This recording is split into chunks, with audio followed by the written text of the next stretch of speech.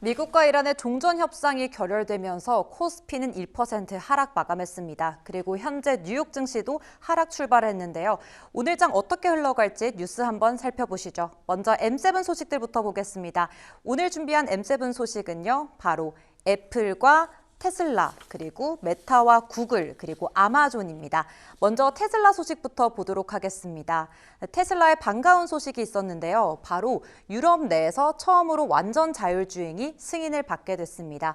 바로 네덜란드에서인데요. 이게 완전 자율까지는 아니고 운전자가 개입을 하고 있는 감독형 FSD가 승인을 받게 됐습니다. 약 10만 대의 모델 3와 Y에 적용이 가능하게 되었고요. 주목해야 될 점은 앞으로 EU 전체로 어떻게 확대가 될지입니다. EU 전체 확대는 회원국의 투표가 필요하기 때문에 이 부분 한번 체크해 보셔야겠고요. 앞으로 유럽 내 판매와 소프트웨어의 수익이 기대가 된다는 점 주목해 보시면 좋겠습니다. 그 다음으로 또 테슬라의 자율주행과 관련된 소식이 있었습니다. 테슬라의 자율주행 시험 테스트가 무려 데이터가 100억 마일에 임박했다라는 소식이었는데요. 이 100억 마일은 무감독 자율주행의 필수 조건이라고 합니다. 앞서 말씀드렸던 소식은 이제 감독이 운전자가 있어야 되는데 여기서 이 100억 마일은 앞으로 무감독의 자율주행 필수 조건이라는 점 확인해 보시면 좋겠습니다. 하지만 실제 주행 여부가 좀 다릅니다. 로보택시는 10대 운영하고 있지만 웨이보는 200대 운행으로 좀 차이가 실제적으로 격차가 존재하는데요.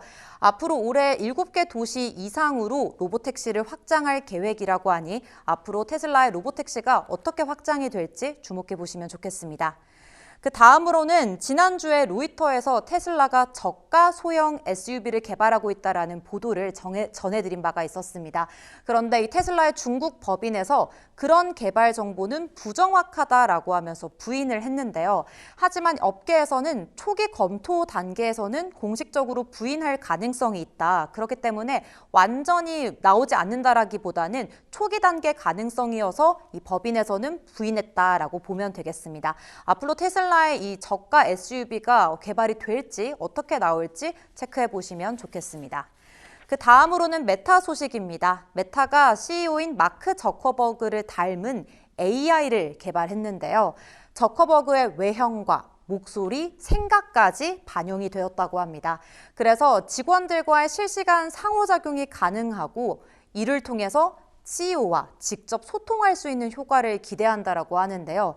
지난주 뮤즈스파크를 냈던 곳이죠. 바로 초지능 연구소에서 이를 개발 중이고 주목해야 할 점은 이 음성 AI 기술입니다. 사람의 감정과 생각, 이해까지 반영하고 있는 메타의 AI 음성 기술 주목해 보시면 좋겠습니다.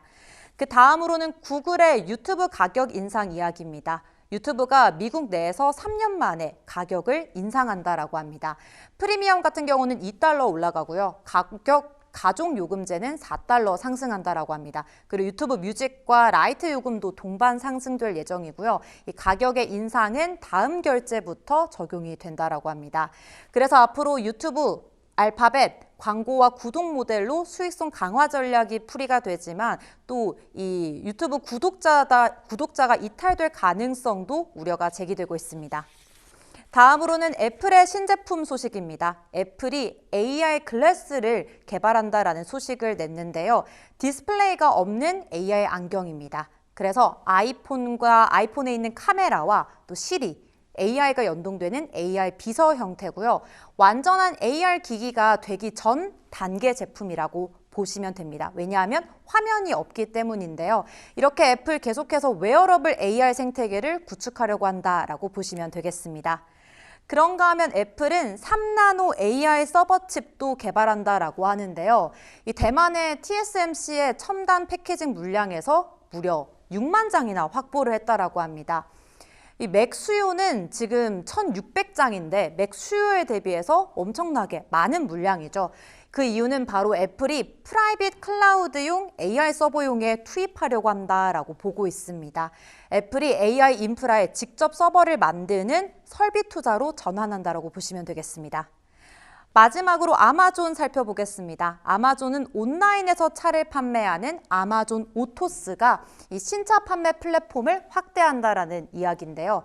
기아와 마쓰다, 스바루, 쉐보레, 지프를 추가한다라고 합니다. 현재 아마존 오토스는 130개 도시에서 운영하고 있고요. 온라인에서 구매할 수 있고 또 온라인에서 금융과 관련된 대출이나 이런 관련된 거를 처리할 수 있는 구조입니다.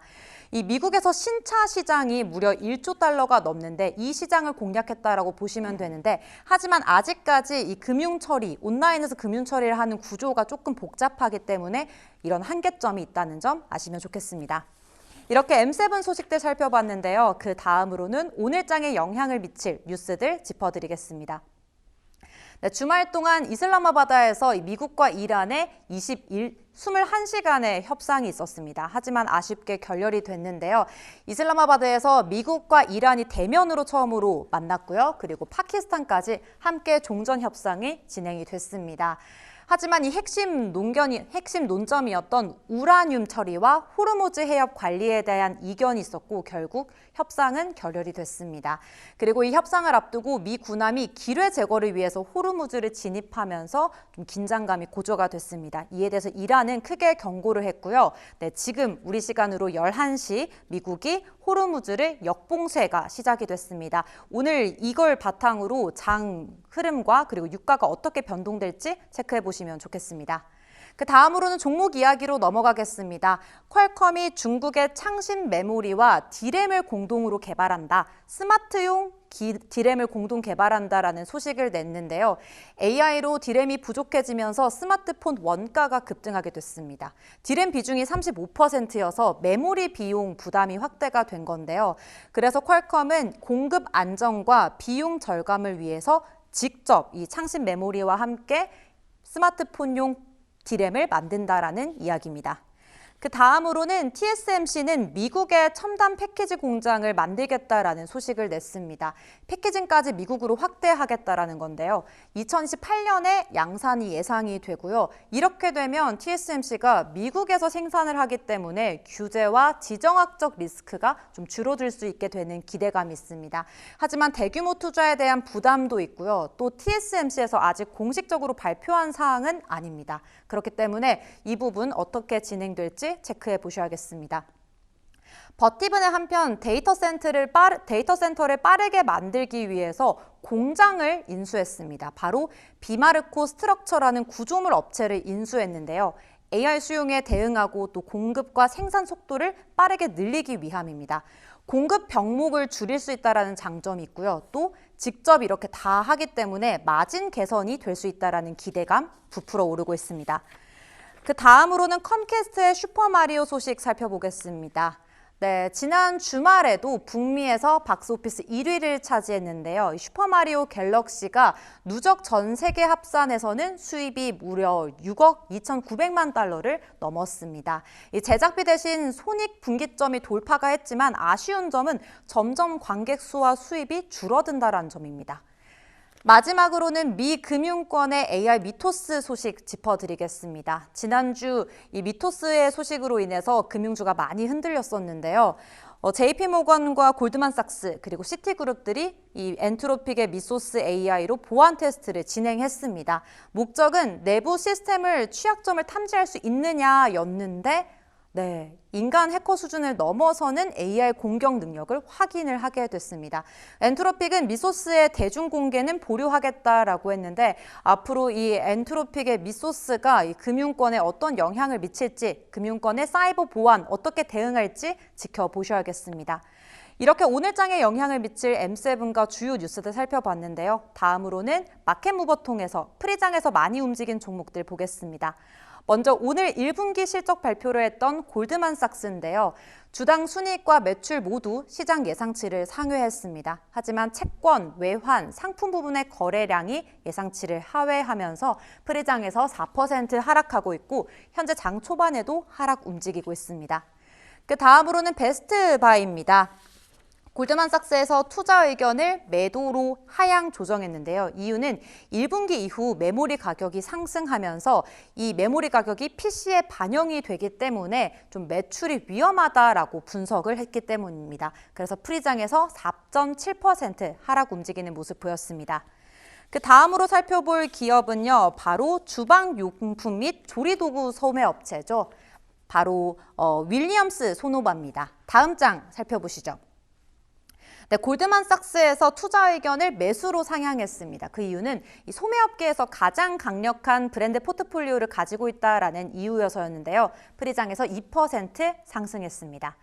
마지막으로는 레볼루션 메디신 살펴보겠습니다. 췌장암 치료제가 3상 임상시험에서 성공적으로 이제 발표가 났는데요. 이 매일 복용할 수 있는 알약인 다락손라십이 이 환자의 생존 기간을 13개월 연장할 수 있다라고 합니다. 이 기존 화학요법 환자의 평균 생존 기간이 6에서 7개월인 점을 비교하면 2배 이상 늘어나게 된 것입니다.